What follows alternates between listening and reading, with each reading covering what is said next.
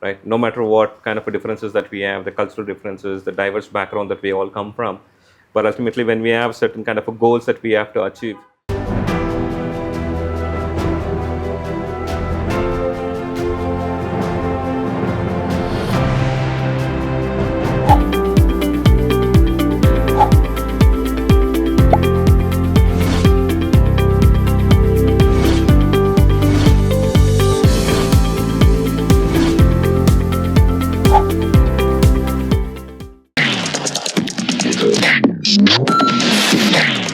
Hello, everyone. Welcome back to the episode 22nd of the Leaders Speak podcast. Today, we have a different kind of a person. He started his career from tech to business and he's become a HR director, one of the well-known IT company in Bangalore. In the podcast, we learn a lot of things, but we had a lot of conversation about how to hire people.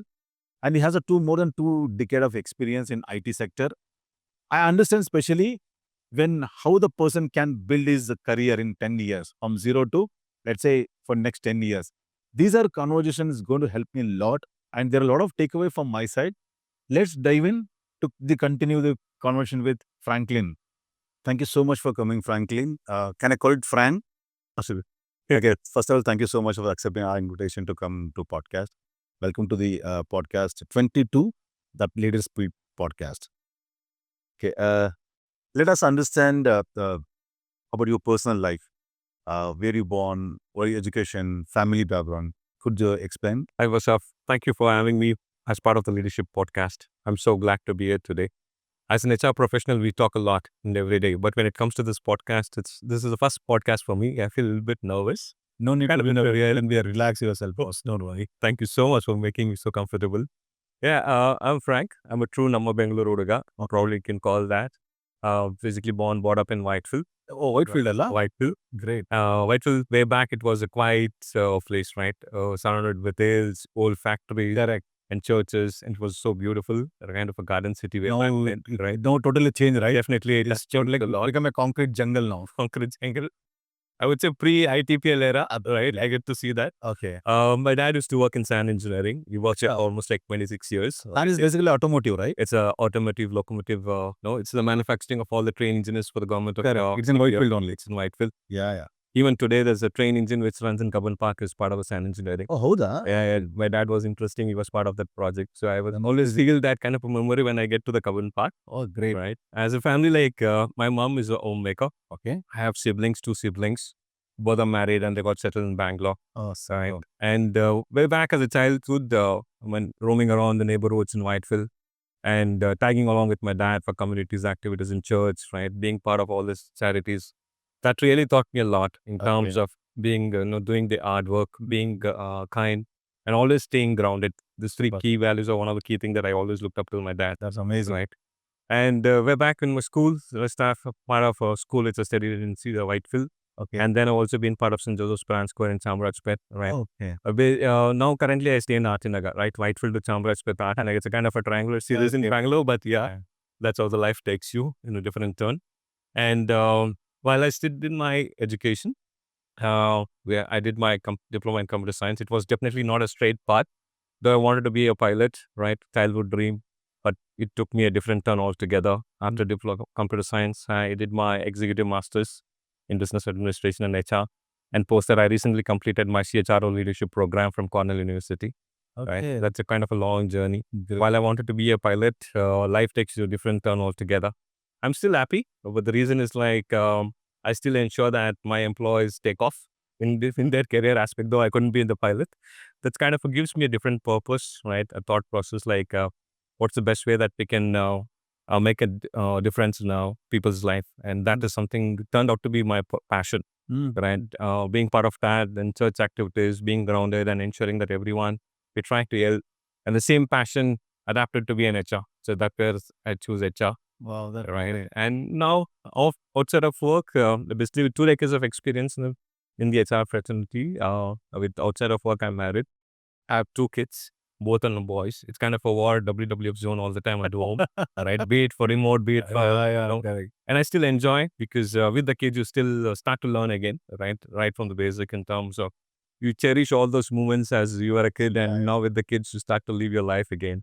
Right. My wife is a homemaker. She was nurse, a pediatric ICU nurse, and she's also an expert medical transcriptionist. But for the last 10, for the last decade, she's taking care of the boys at home. All right. I'm happy to have this blessed family. Amazing. And Amazing. yeah, that's a bit about me, sir. Thank you so much for sharing. It's really amazing. You mentioned you wanted to be pilot, right? Yeah. What is the story behind that one? Yeah, pilot. Yeah, it was very interesting. It's kind of definitely a dream. Every kid has a dream. I had a dream of being a pilot, seeing the entire world from a different perspective. But life definitely takes you a different turn, right? The life's calling was different for me. After my SSLC exams, basically those are the days like the SSLC results were even more the bigger things, even with no the bigger things despite the engineering results, right? Everyone was like, what's happening with SSLC in the government board exams, right? And everyone was thinking in the school that I'll get through, I'll get a first class or distinction. But to surprise, I was failed. Okay, right. Surprisingly, in one subject, I got a less mark of 22. Everyone was like stunned. Everyone, I was surprised. I was quiet. Right. I didn't know what to do. Everyone was thinking like, what happened to you? Right. And for me, I was thinking like, why me? Right. But then I stayed calm for some time, then pushed myself not to be quiet and applied to the reevaluation. Right. It took some 3, 4 months, but only after reevaluation got to know that was not 22, it was 72. Wow. The 2 and 2 was like literally made it as like the 7 will look like 2. So right, while they made the mistake, it was reevaluation. I got to know that was a 72. Though I was supposed to be cleared in the first attempt, but you get to see you're stamped as a Fortunate. right Yeah. the second attempt pass. That's where the life is. And after this SSLC exams, like everyone started the schools and the colleges, like technically, it was already delayed by 4 months. I couldn't get an opportunity to get into the college, right? And then the entire family pressurized, no, aeronautical, you cannot do, you cannot pursue that. Then the other alternative option was doing a diploma in computer science or getting back to BSc. Then we thought we'll apply in St. Joseph's, right in MG Road. We came that day for the application, and the principal way back then said, no, everything is closed. I can only give the BA as an opportunity. But then, okay, I thought, okay, at least get into St. Joseph's as a college, right? Pursue the second PU, first PUC and second, then later we'll figure out what life takes you. But even then, that was again a big challenge. And that was the day our star, our hero, Dr. Rajkumar sir, was kidnapped by European. Correct. The entire Himalaya was shut down. Correct. Entire Bangalore was in a different, process. Like we had to literally walk back from MG Road to Whitefield because everything was closed, right? And I still remember me and my mom. My dad had to put us in a lorry from one of the place till Whitefield. We went in lorry. Yeah, we reached that way. And after a week or two, again, the college started. Unfortunately, I couldn't get the seat. Okay. But finally, with my dad's friend's recommendation, I got a opportunity to do my diploma in computer science, kind of a polytechnic in Maratali. And after 10th, it's 11 subjects in the first year, right? This is always subject, no, tough, but somehow I cleared first year, second year, and third year. Diploma in computer science. In the third year, it was very challenging. And that was, again, life, it's you hard, right? When I was at age of 19, 17, I would say, age of 17. Yeah, life's again, it's your one more time. My dad was unwell, is completely paralyzed. From then till now, my dad is not working, right? And that was the time I took a oath, let me quit my education for time being because I had my sisters. I had to take care of the 10th education and someone was to pass on to this PUC, right? We had to bear all these admission fees. Then I took a pause. I said, okay, education is not my cup of tea. My mom started like, I'm a little bit emotional, but that's all the journey, right? And my mom started to do this embroidery for sari falls and all that, right? To take care of the family. Then I said, I was, but the blessing, kind of a blessing, right? I would say. I was second rank shorthand and Karnataka typewriting institute. I got that certificate. Through that, I got an opportunity. My first job, I was 1,000 rupees. Right, I still remember. But this is a diploma, right? No, in the third year. Third year, Right, okay. third year. I had to just move out of that. And then with that thought process, like I started to work as a data conversion operator. Basically, you'll have to convert all the books into a data entry, a kind of a job essence. But that's where the life, right? And after that, I moved on to first opportunity was 24/7 customer. I still remember my days in ITPL. That was ITPL boom, right? And you got an opportunity as a consultant, as a contractor, where you'll have to be in the back end of HR. to You enter. started already working up there. Yeah. I got an opportunity as consultant, as a contractor, where it was 250 rupees per day as a salary. As a consultant, I signed. They signed it for 3 months to complete all the employer records, updation from, kind of all the paperwork to the system, right? And we should do at least 40 entries in a day. Okay. Out of that 3 months, I just saw like Frank, you're very committed. You're fast. Your quality of entry was amazing at 85% and above. They made me it for 1 year as a contractor. Okay. So for that 1 year, what happened was like every day, Monday to Sunday, for 365 days, I never took leave because every day you work, you get 250. Right. In my family, 7,500 salary, right? No, that's the salary. Oh, is Per day salary was 250. Okay. Per month was 7,500, right? That was in my family the highest. My dad was way back getting in 6,000, but I was the highest, right? That made me to take care of my family, take care of my siblings, take care of the dad's heirs and everything. I asked my mom not to work anymore in the kind of a garment manufacturer, right? She was at home. And then I realized that I also need to continue. So in the day, I used to go to the college. Basically, at 24/7, the work timing starts at evening. We log in at 7 and log out 2, right? The cabs comes you and picks you at 6 p.m. You have to be ready by then. And then you work in the night shift, go back home at 3 o'clock, sleep for some time. Again, wake up at 9. My dad luckily had the TVS Excel. I was to take that TVS Excel to go to Maratali, right? And to go to finish the college. 10 to 1 o'clock was all the theory classes. I used to finish theory classes, and 2 to 4 was the practical. But I used to skip the practical. 1:30 I used to be back, have my lunch, take a nap for 2-3 hours, and again get ready by 6 o'clock. I did that for a year, Acha. right? Until unless my HR, no, my mentor, I would still call her as. She said, like, why are you running? Where are you going? They didn't know that I had my challenges in my family. I had to take care of this. I had to do my education. Then she said, pause, right? Pause, right? Don't run, right? Then I did my diploma in computer science finally. Gave my exams. And after that completion, she said, since you're doing it well, why don't you move into HR associate? She gave me an opportunity. I'm so glad, right? She gave me an opportunity and said, okay, come over to Mysis Healthcare. So that's where an opportunity came in and started to work in that organization, ITPL. 24/7 on the second floor, and the other company was in the fourth floor. Same.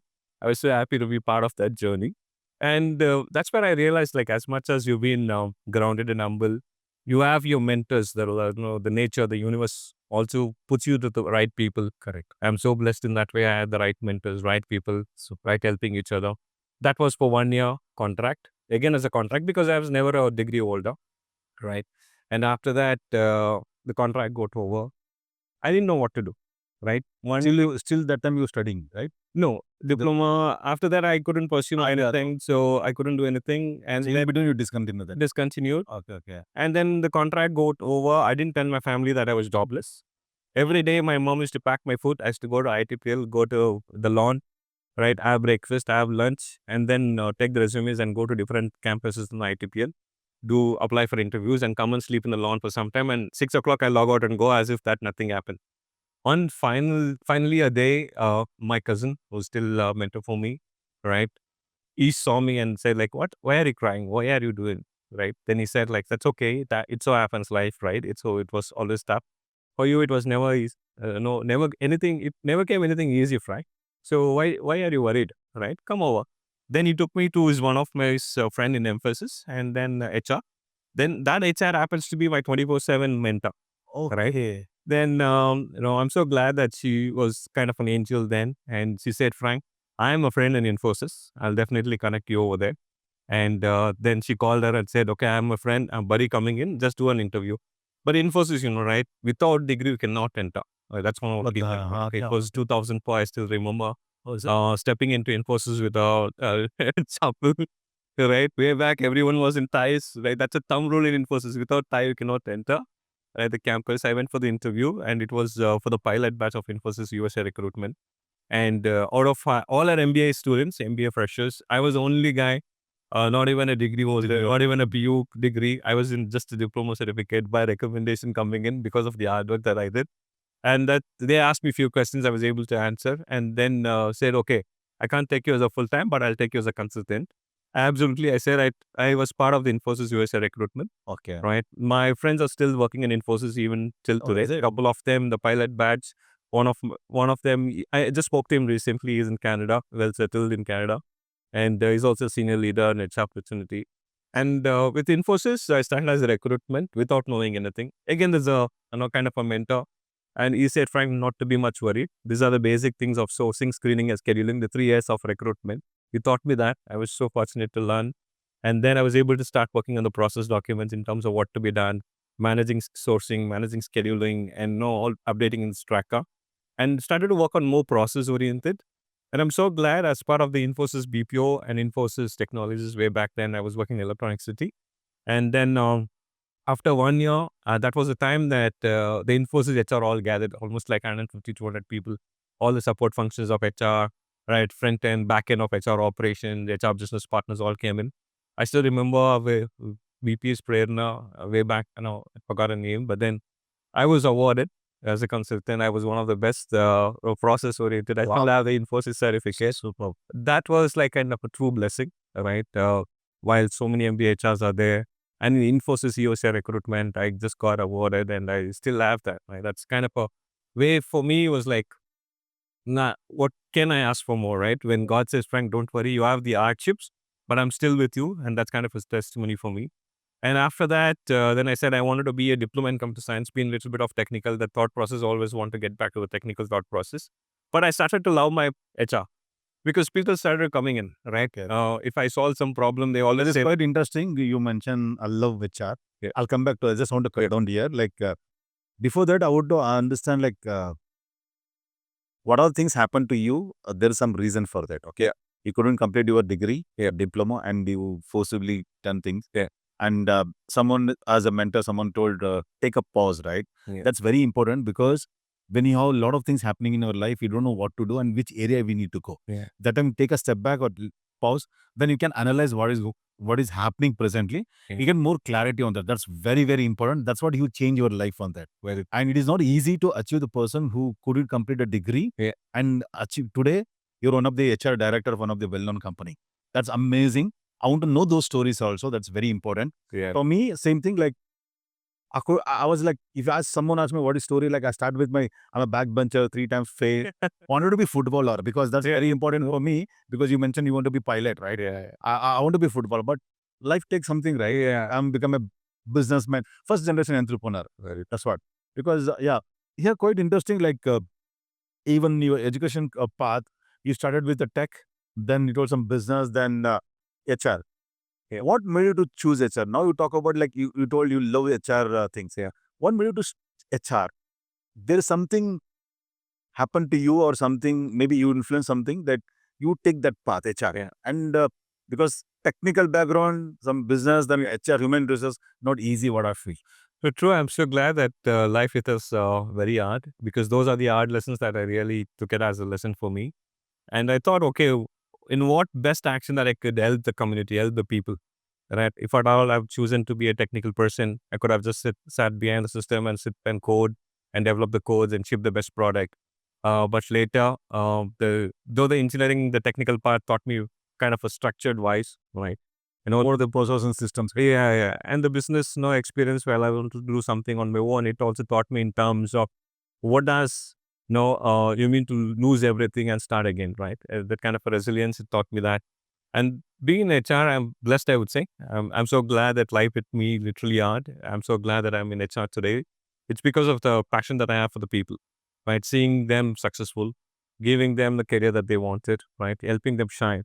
Even when I get to meet the freshers, the graduates, right? And the one of the key thing that I always say is skills can be learned, but right, the one of the key aspect is attitude. It cannot be, right?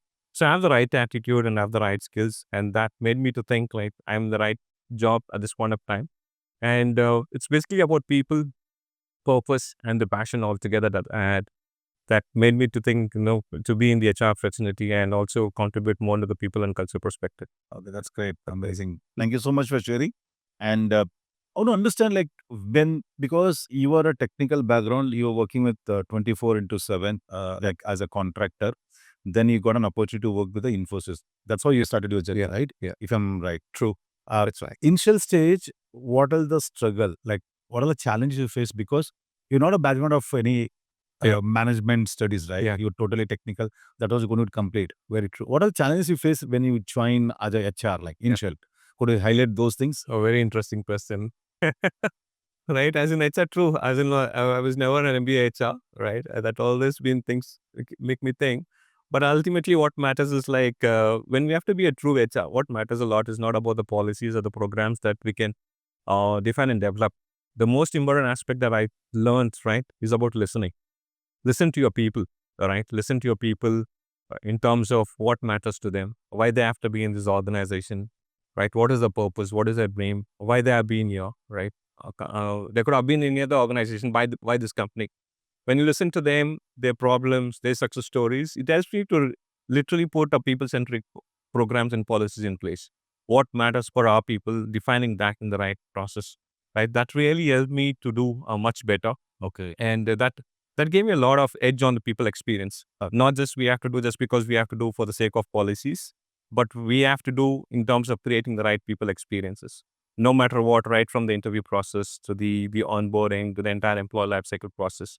Even the most important aspect is the offboarding. How do we exit an employee? That speaks volumes, right? Okay, entire onboarding to the entire offboarding lifecycle. Okay. So that made me to completely choose the HR. Yeah. Wow, that's great. Superb, superb. Thank you so much, Paul. According to you, you were there more than 2 decades of in HR, right? And when you joined, uh, let's say 20 years back, compared to that time and now, what you feel there is changes? I know definitely there is a lot of change on technology wise, Yeah. but when more we talk about HR is basically people to people, like people person. There is any changes happen or it's the same thing only? No, there's things have evolved, things have changed, right? Definitely, I would say In what way? Like in today's world, it's all about AI. But ultimately, for HR, it is important that we remain human, right? We look at people as people and not resources, right? We need to consider people as partners in our businesses, right? As long as we consider them resources, we don't progress. AI is important. It's not just AI, it's not just human. We have to have the right balance between the people and AI in place. And the HR folks like us, right? We have to literally follow that. We have to define the right programs and practices, right? Ensure that we have the right empathy, because that is something that AI cannot do, right? We have to be strong. We have to see about employees' well-being, employees' mental well-being. That's one of the key aspects. As much as we are more focused on the technology side, we have to have the right balance between the HR, between the human and AI. Acha, as I know that in the conversation that you're not a background of HR, like you started with the technical and you join as a contract employee. To understand better now, when you build a team, now you're a HR director, would have gone through the different management roles. When you build a team from the scratch, how do you start, sir? How it's interesting, right? Building a team from scratch, right? It's very challenging and also very important aspect. As a founder, as a leader in our organization, we have dealt with it. But the most important aspect is like when we build anything, right? We need to ask three questions, right? What kind of a team, what kind of a problem that we are facing currently, what kind of a team that is required, what kind of a thought process that people need to have, right? And the interviews, not just for the sake of it, we need to have those interviews to be a more conversational interviews, right? Especially when we are building the initial startup phase, or that's one of the key aspects, right? You understand a person much better beyond their technical skills, right? Having understanding about their values, that's one of the key aspects, right? What kind of values that they have? Are they committed? Are they being transparent? Are they kind of have low ego? Because that's one of the key aspects. Definitely ego everyone has, but then what kind of ego that we can allow in the team, right? That is also very important when we build it. And most other aspect is also about technical expertise that they carry for the certain roles. And the more is about like how well we can work together, right? What kind of a dream that they have? What is the passion that they carry? And what is the dream that this team would like to, right? Move on from one stage to the other team stage.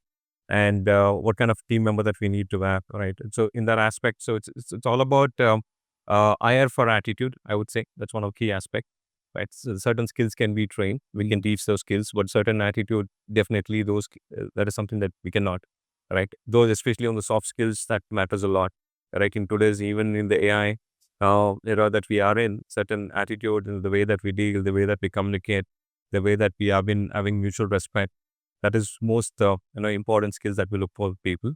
And I have hired people in that aspect for certain startups, certain previous organizations, previous assignments. And I still have those people that whom I hired being the leaders now in the organization. They're still managing that organization. I feel really proud, right? That's one of the key aspects, right? Got it. We don't hire people just for the sake that we wanted to be there to ensure that we are successful. Our legacy should continue, right? I'm so proud in 3, 4 assignments in my previous assignments. I still have my juniors who are leading the organization in the forefront now. And that matters a lot, right? So what matters is like ultimately the attitude to listen, attitude to learn, attitude to understand with thought process of mutual respect. And that's one of the key skills that we need to have when we're trying to build this team from the scratch. Okay, great. That's great. Yeah. Let's say to understand me, myself that, okay, for example, when you start the team building from scratch, okay, you have a 5 people in the team, and 3 people are very good in skills, okay, and but not that great in attitude wise, okay, and 2 people have a more attitude but not that great in skills. How do you handle these kind of situations in a team? It's always tricky, but if you look at the team work that is required, And it's very important also for we any need to have, organization, yeah, right? we need to Yeah. have such kind of a people who have been on the both sides. But ultimately, what matters is like, oh, as a leader, we bring everyone together, right, on the same page, right? No matter what kind of a differences that we have, the cultural differences, the diverse background that we all come from.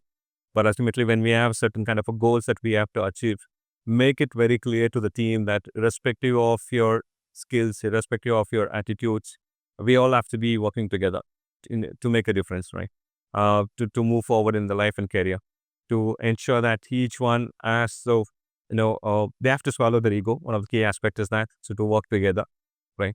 Uh, Receiving feedback, accepting feedback, right? That is also one of the key aspect, and also giving feedback is also, that is something that we have to coach, and right, the right time of coach, and we have to mentor them, and wherever that is required, we have to guide. So as a leader, we play all this: be it a coach, guide, and mentor. We have to play these all key roles, right, and ensure that each and everyone understands why we are here, despite that kind of a differences. And when we all realize that we have a bigger role to play as a team, and that's the magic happens. Mhm. Thank you for sharing. And I know that you recently finished the CHRO leadership, right, in Cornell. Yeah. What made you to do that one now in this position? Yeah, CHRO from Cornell University was very interesting. In fact, I had applied for Harvard Business School. I did get my, you know, the email to apply after 6 months of waiting. By the time that it took long time, unfortunately, I couldn't because of the financial things, the commitments that I had. Then I was looking out for other opportunities. Again, there was a mentor, right? My trainer, my mentor was here. He guided me himself, right? Why don't you look into Cornell and CHRO? That was kind of an interesting cohort and kind of topics. And when I looked into the module, it was giving me a kind of insight that there are certain skills which I need to still learn. Okay. All right. As a learning never stops. That's one key aspect. Being curious, I've always been curious about it. And especially when I joined, being part of the scalers in the previous organization for 3.5 years, while I was able to do what I could do to the culture, while getting our organization up 3 times, 3 consecutive is a great place to work certified, building the center of excellent practices. But what matters as a leader is like we have to evolve along with the AI, right? In this AI, right, is important as a HR, a senior professional in the organization. What kind of a learning thought process that we can bring in, and also what kind of a strategies that we can bring into the table for the management and the employees. And with the CHRO program, it literally equipped me certain skills which I never thought I would have gotten next, even for a decade, right? Now, by being part of the kind of a program, it really helped me to understand where I lack, right? What are the key things that I need to focus on?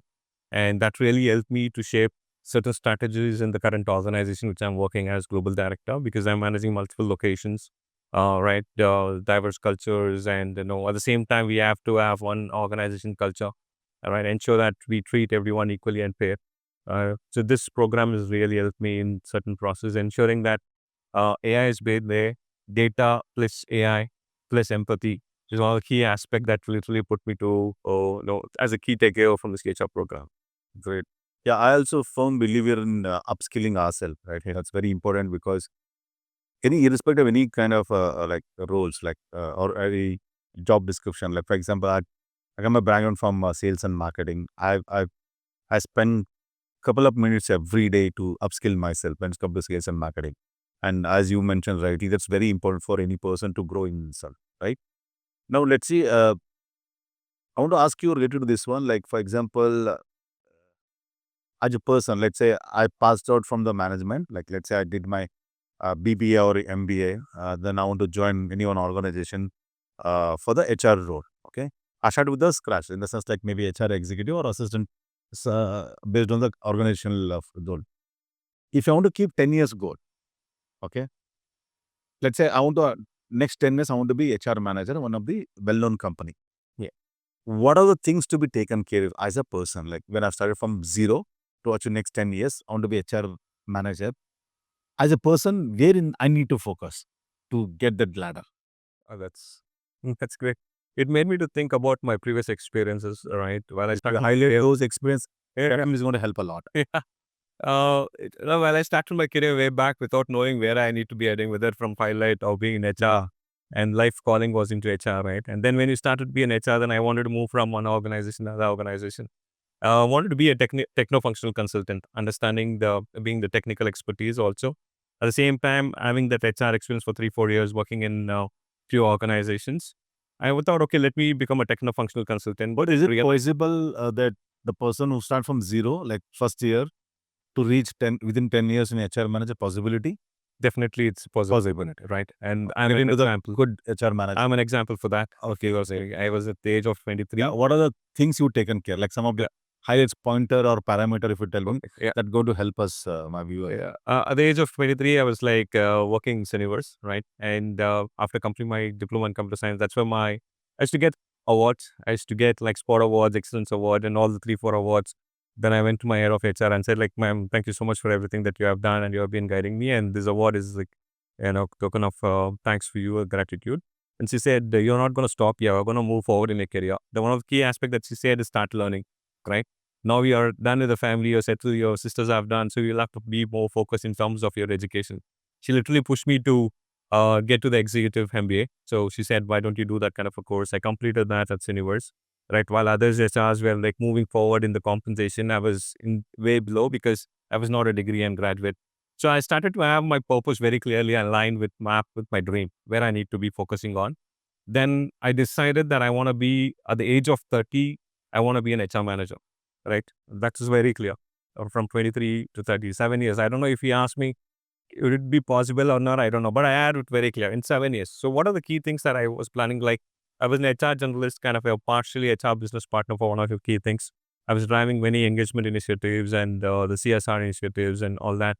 Then focused on to do multiple certifications. I did my Six Sigma project management, HR certifications as such.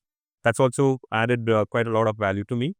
And with that thought process, I moved to different organization, right? Moving from a comfort zone to the startup ecosystem. That's where I choose startup ecosystem, right? Where I can add value, not just the HR business partner. Beyond that scope of HR business partner, very closely work with the CEOs, right? Being advising them in IT operations, admin, the facilities. I started to work with one of the organizations called as BLL Labs. Well, I was joined as a 10-member team and we built the organization from 10 to 100 in 3 years until the COVID hit, right? And in that organization, that's literally helped me to move from, HR business partner to HR manager because I was doing quite a lot of work, okay, compared to any other organization. I choose my domain very tactfully. I switched organizations so that I get more exposure, more opportunity to scale. And though I couldn't be an HR manager at the age of 30, but bingo, 31 years, I was an HR manager, right? And then in a couple of years, I completed a few more certificates. I become HR head for one of the organizations, which is US based at the age of 33. All right, 33 to 36, 37, I was working as a director, senior director. And at the age of 40, I'm like, no, happy to say my age, but yeah, Yeah. not too old, but yeah, at the right age, I'm at the global director level at Zycus now. I'm happy to see the way that I've come a long way, but it is important that very few key things that you need to focus on. One is what's your purpose? Where are you today? And where do you want to move forward? And how do you track your progress? That's one of the key aspects. Every month, what are you achieving? And every quarter, where are you moving forward, right? After 6 months, where are you, right? In a year, where you go, right? What are the skills that you need to be focused on, right? Networking, connecting with people, learning, upskilling, right? All those are key aspects. And also most important aspect is move from a comfort zone, right? That's one of the key things. I literally moved from my comfort zone, which I never knew that I'll be a startup advisor. I used to work with CEOs and CEOs. I never thought. But if I wouldn't have made that choice, I wouldn't have been here today. Correct. That's it. Good, good. Yeah, based on the conversation, I listed a couple of pointer like Okay. what are maybe if I'm just like the first one is the what is the purpose basically what you're talking about, right? That whole 10 years goal, what you want to keep. That's And right. second Purpose. thing, you need to learn every day. Yeah. That's what we talk about upskill Yeah. any particular project. And start, you want to start the uh, job, you can join a startup company, then you can learn a lot of things and you can start uh, build your own self. That's what I'm doing. That's right. And track your progress is very, very important. Yeah. And because when you fix a goal for next 10 years, I want to be HR manager, then you need to track yourself. That's very important. And networking, as you mentioned rightly, because it's same for like HR, there are a lot of HR forums are there. That's what we met in NHRD. That's very important networking also. Maybe based on their profile, they can add some more points or things that's going to help them. Yeah. And it is possible that they can achieve next 10 years so if you have a purpose full goal, right? But having all this said is like one important aspect is about the attitude, right? We need to have the right attitude at the right side and the mindset that we need to be in, right? We need to be very focused in terms of where we are today and where we want to be in, right? Until you are not focused and your passion and your purpose is not aligned with your purpose. No, basically your passion is not aligned with your purpose. We will not achieve what it has to be, right? And learning is one of the key aspects, especially I tell it to all my teams also. Learning is learning, irrespective whether you learn from senior or junior, because ultimately the focus is about learning, right? People are a little skeptical in terms of learning from a junior. Why should I learn from a junior?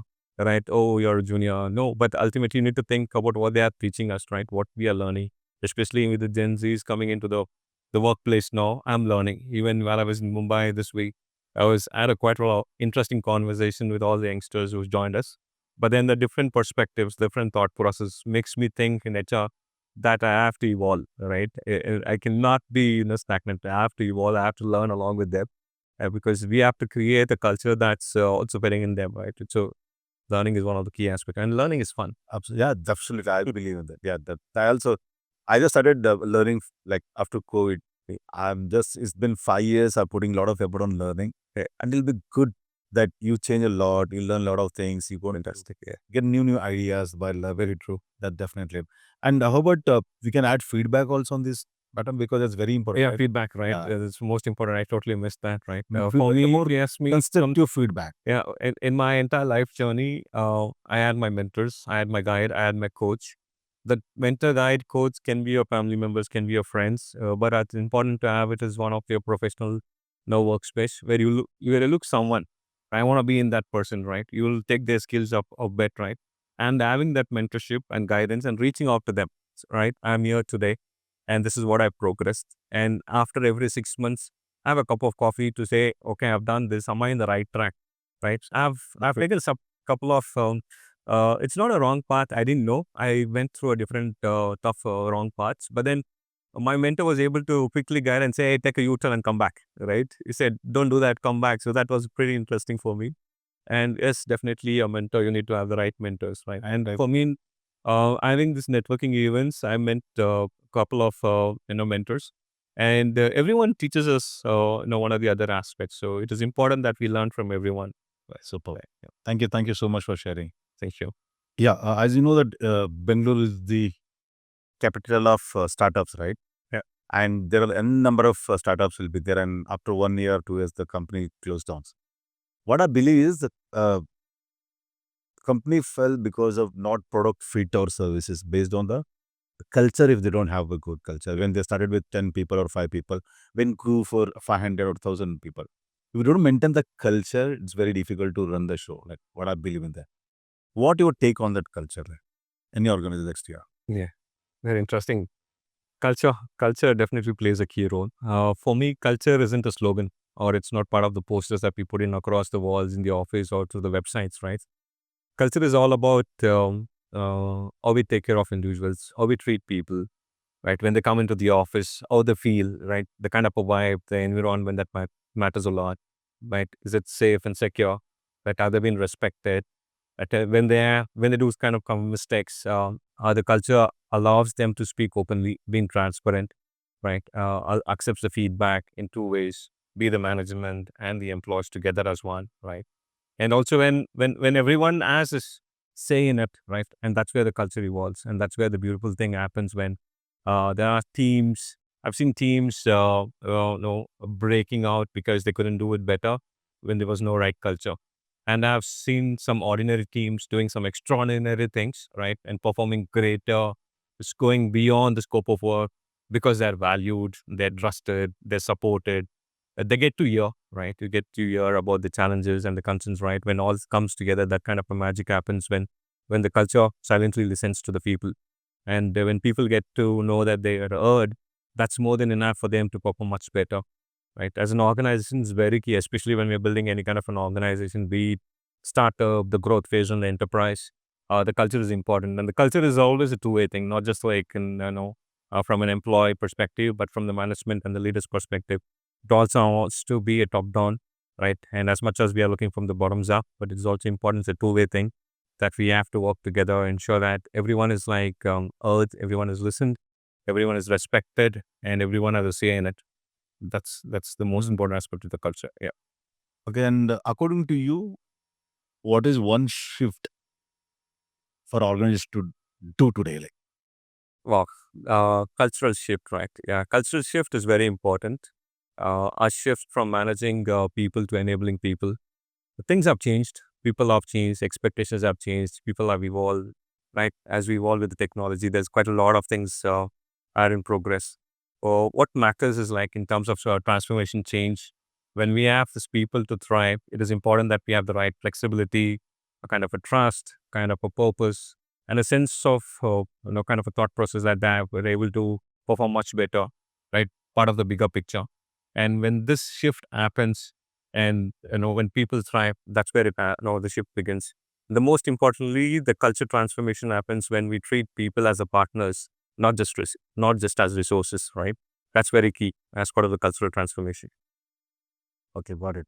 Uh, See, when we started our career, that time, like culture definitely, because if now I want to understand from you that how you take, like, for example, if the person who's fresh, new joinee or thing, if he's not a discipline, then people tell like he doesn't have a culture kind of things. Now, why I'm asking this question is because I think now Gen Z is more into that kind of things. Yeah.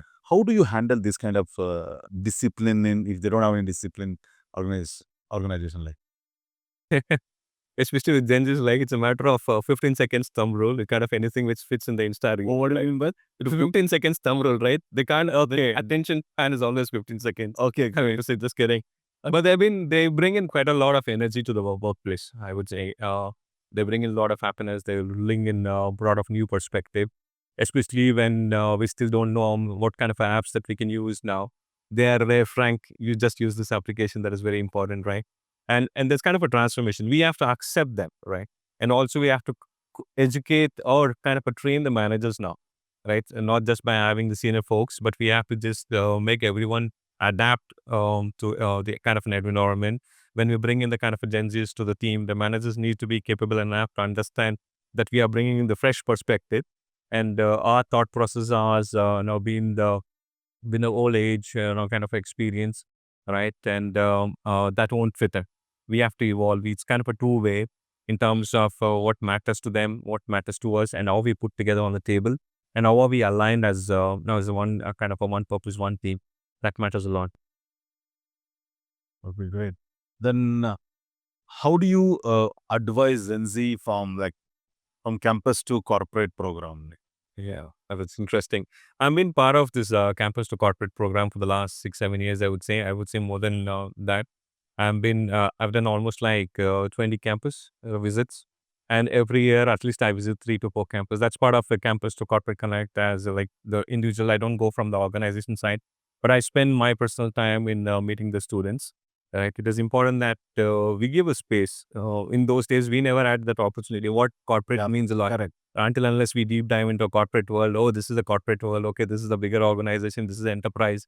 But today we definitely need to coach them because our workforce is gonna be more 30 to 40% of them now. It is important that we inhibit certain kind of right traits in them. What kind of soft skill that matters a lot in terms of workplace. right? What is something that they have to unlearn before they get into the corporate world? And those are the key aspects. And one of the key aspects that give it to the freshers is all about being curious, right? That's one of the key things. Keep learning and then stay curious. And being with curiosity, you keep exploring, right? And also status quo check. That is very important. Asking whys. Do not stop asking questions. By the time that you stop asking questions, we will not move forward. Like we may not move. No, we may not progress. All right. Those are key things that I keep telling them as well. And also, thought process about understanding what industry is all about, what kind of a domain that you're getting into. Do a bit of research in any kind of an organization that you step into. What kind of products are there? What is the culture all about? What kind of a leaders? What is the different skill that they need to have in terms of to even crack an interview, right? So those are the key points that I even discuss with the fresh grads. Yeah. Great, great. And as you mentioned, you done around 20 campus interview, like campus programs, right? Yeah. According to you, if you want to highlight, okay, you would have met so many number of students and you would have more interaction with those people, like employees, right? According to you, maybe if you want to highlight 2 to 3 traits of these people, like, can you just tell, you know, anything like, okay, you would have done so many interviews with the people, you would have more interaction. Some 2 to 3 highlights, like maybe traits of these Gen Z kind of people. Like. Yeah. Interesting. When I had one of the campus visits recently, with this, I realized that my presentation doesn't fit them. Right, I had to redo the entire schedule a bit more because the attention span is way low. But what matters is like though the attention span is low, the way they grasp things are faster and quicker. Right, they have been always been open to the Google and you have multiple apps now to understand about what our organization needs, what kind of a culture that is all about, what kind of the soft skills that we require. We can't be doing the same old presentation in the Campus Connects program, right?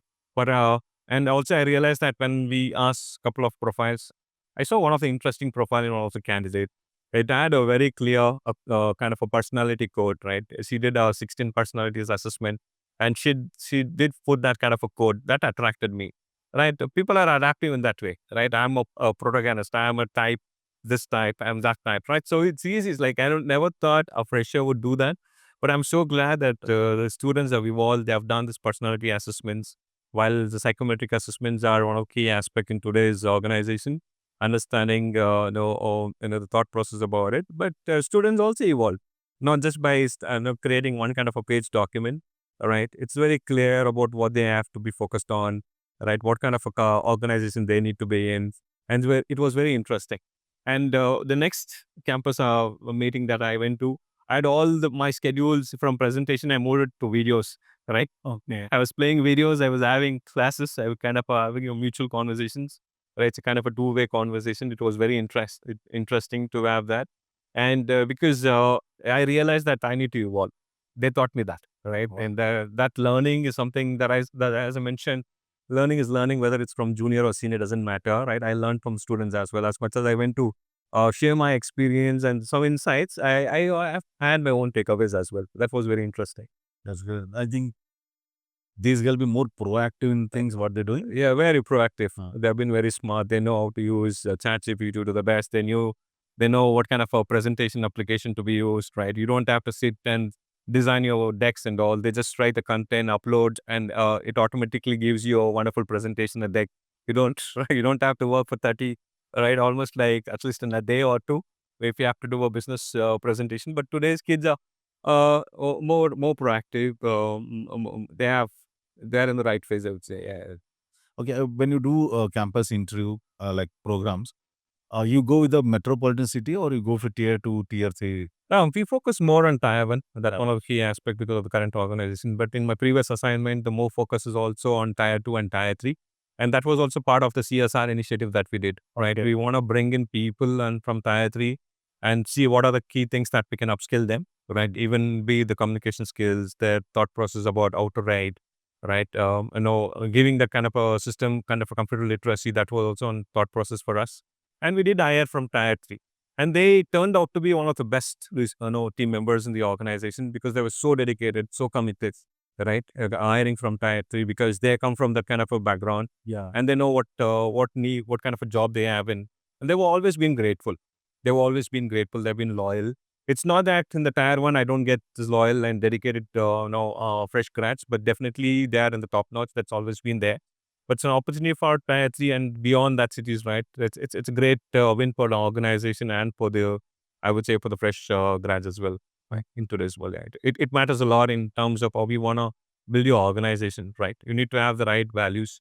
Anyways, after I have people, can I focus more on tier three, giving an opportunity, or I need to hire for tier one organization because my work demands that, right? And I need to deal with my US customers. I need to deal with my on-site team members. So I would need someone from tier one, right? So it's kind of a mix. It's always a nice way to have right balance, right? Having the from different universities and bringing all the people together as one, right? That's the way that I've done. So it was really helpful for me.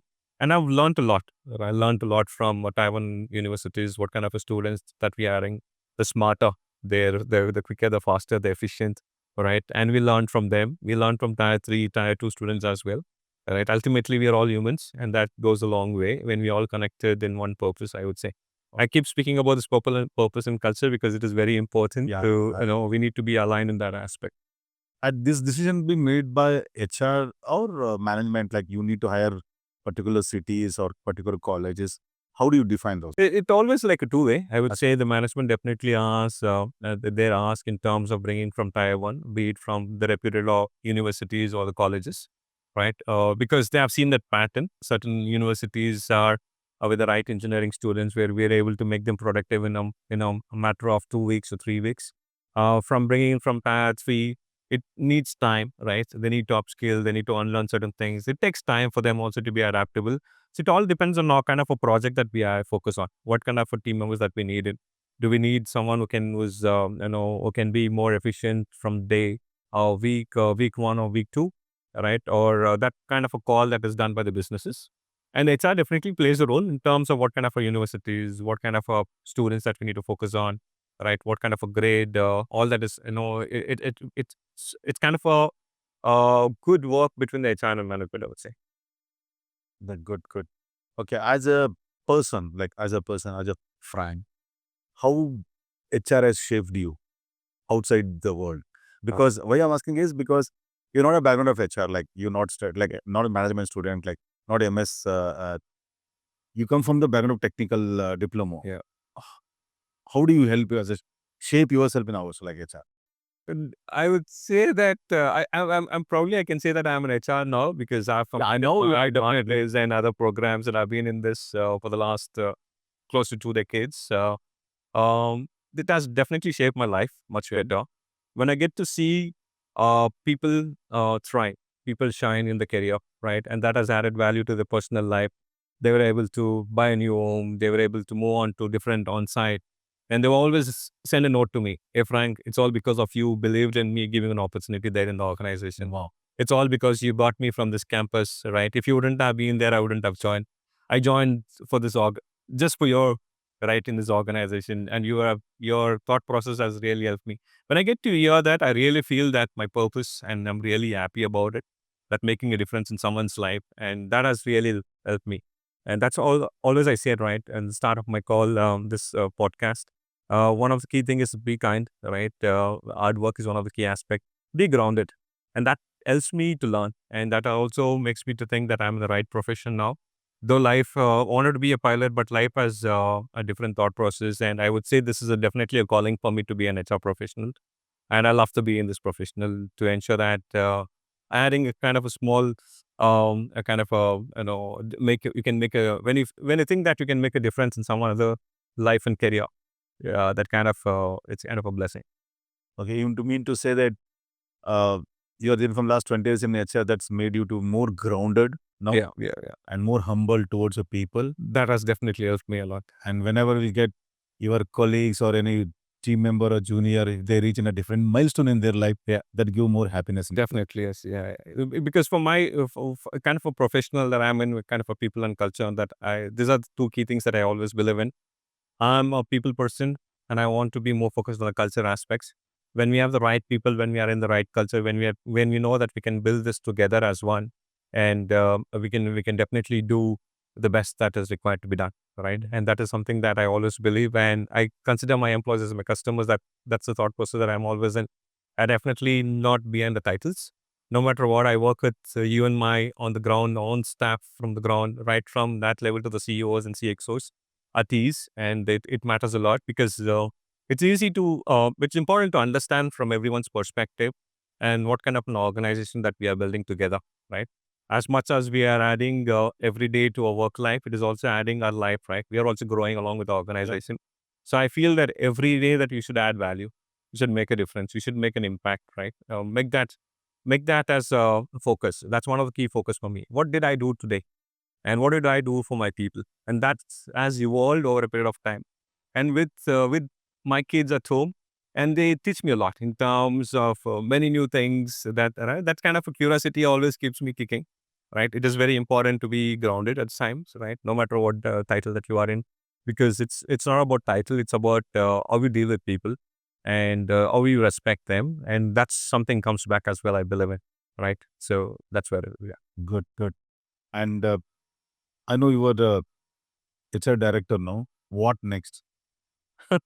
You already reached top of the. No, definitely. That's an interesting question. I definitely know. I don't think so. I've reached the top. I'm still learning. There's a lot of way to do, right? Every organization teaches you one or the other aspect. At current organizations, I guess it teaches me more about are we being in the AI, right? What kind of a leader that we can be. At the same time, what kind of a thought process that we are still make them as grounded, like we are human, right? We have to have that empathy, which is very important in today's world.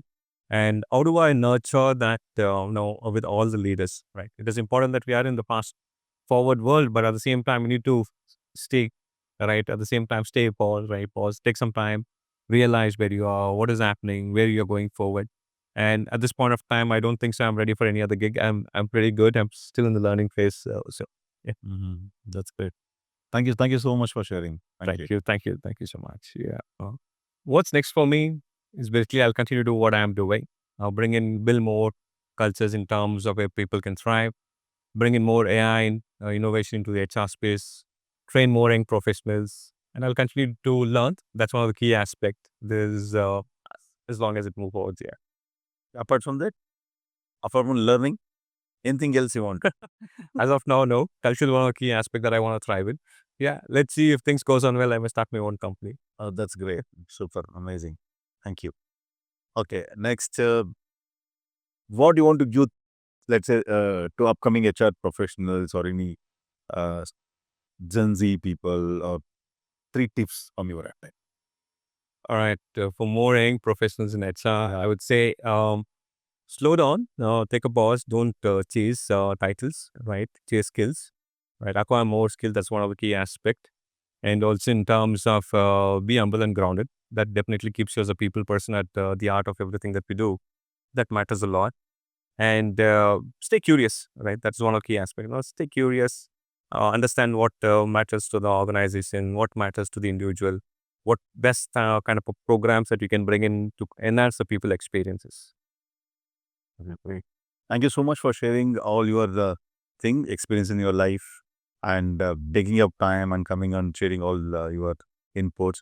Definitely is going to help a lot of people about your journey. Thank you so much for coming, Frank. Thank you so much for coming. Thank you so much, Tasir, for having me. I'm so glad that I was part of this podcast. My pleasure. Though I was able to share my thought process, my experiences, I'm very curious to see what the audience is gonna answer now. I look forward to learn from those comments. Definitely. Thank you so much. Same here. Thank Thank you. you so much. Thank you so much for coming. It's our Rafter brand sustainable gift. Thank you. Thank you so much, Tasir. Thank you. Oh, that's amazing. Gift seeing with purpose. Yeah, that is our. I never expected that purpose is gonna be here. But I'm so glad. Thank you. Thank you so much. Thank you so much for watching this episode. Here are my 3 takeaways. The number one is pause. Whenever nothing is working on yourself, like in life or in work, you need to take a pause. Take a step back and analyze yourself where you are now, and how can you rebuild yourself. That's very, very important point, if you ask me. And second is add value every day. As a HR manager, he was talking about how can you add more value to your employee. That's very important, because adding, irrespective of your employee or customer or your stakeholder, you need to think in that manner, that how can you add value every day. If you start thinking on that mindset, you change a lot of things and everything going to come to your place. That's what I believe in that. The third one is networking. It's very, very important. If you're going to build that kind of network where you want to achieve in your life, that's going to take maximum care. Because as you know, everyone say your net worth is net worth, or your network is your network, however you feel. That's very important for me. These three takeaway from this episode. If you like this episode, please do subscribe by hitting a bell icon, and please do share with your professional friends. See you in the next episode. Thank you.